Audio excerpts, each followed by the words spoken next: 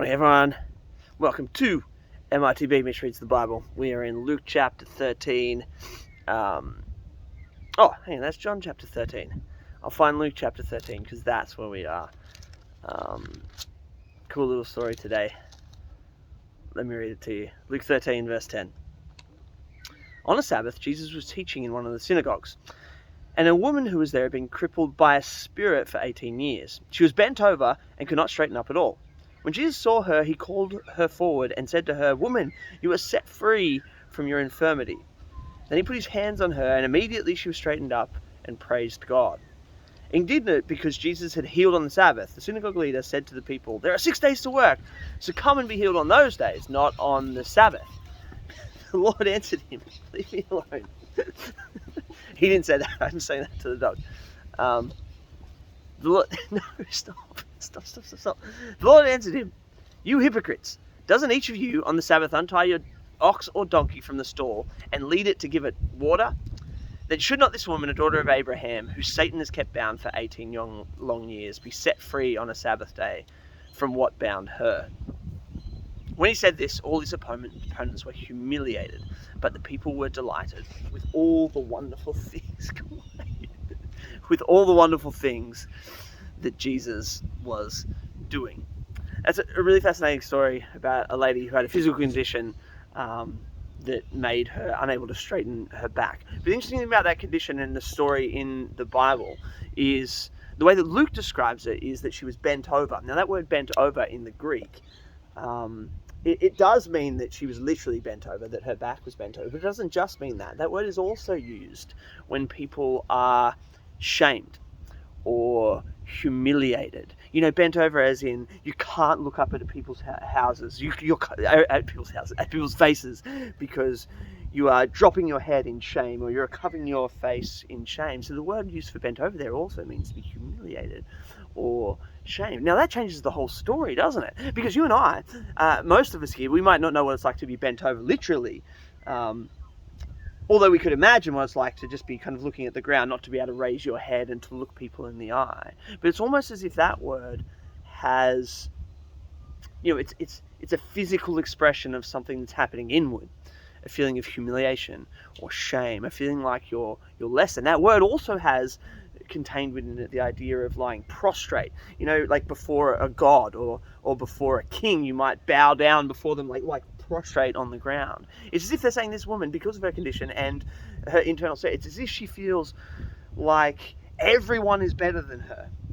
Like she has to throw herself on the ground before absolutely everyone. And all of a sudden you go, I might not know what it's like to be bent over physically, but I do know what it's like to be bent over emotionally. I know what it's like to be humiliated. I know what it's like to be shamed. I know what it's like to feel less than the people around me. I remember one of my most shameful moments, or the moments I felt most humiliated, was when I was in year 8 at school, and I'd been invited to the beach by a bunch of girls, which was like the most exciting thing that had ever happened to me.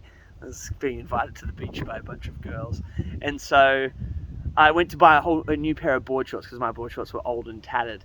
And I don't come from a family that had a lot of money growing up, and but Mum was really excited for me, and so she went and bought me some board shorts. We bought them together. So we went to Best and Less in Raymond Terrace. We went to Best and Less to buy some board shorts. They were cheap board shorts, but they were nice. They were really nice. And I turned up at the beach to see these girls. I had my chest puffed out high. I had my new board shorts on. I was really excited about the day, and literally as soon as I turned up, one of the girls who I really liked, her name was Brooke, she took one look at me and she looked at my board shorts and she said, "Oh, hi Mitch, nice budget Best and Less board shorts, you loser."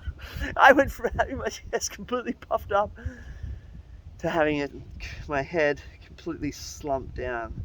I was humiliated, made to feel less than.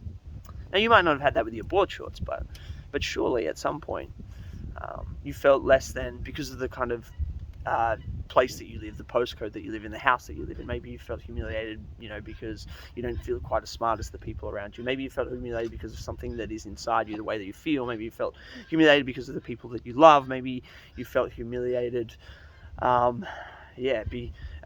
because of things that people have said about you, or things that people have said to you. Maybe it's something that's happened to you. There are all these different ways and all these different reasons why we might be bent over and have our face looking to the ground rather than looking up into people's eyes and looking to the heavens and looking to the stars and looking to God. But Jesus does this beautiful thing. He heals her and straightens her back, so there's this physical representation that she is no longer humiliated or ashamed, which is beautiful. But when he's interacting, maybe you heard it, with the synagogue leader,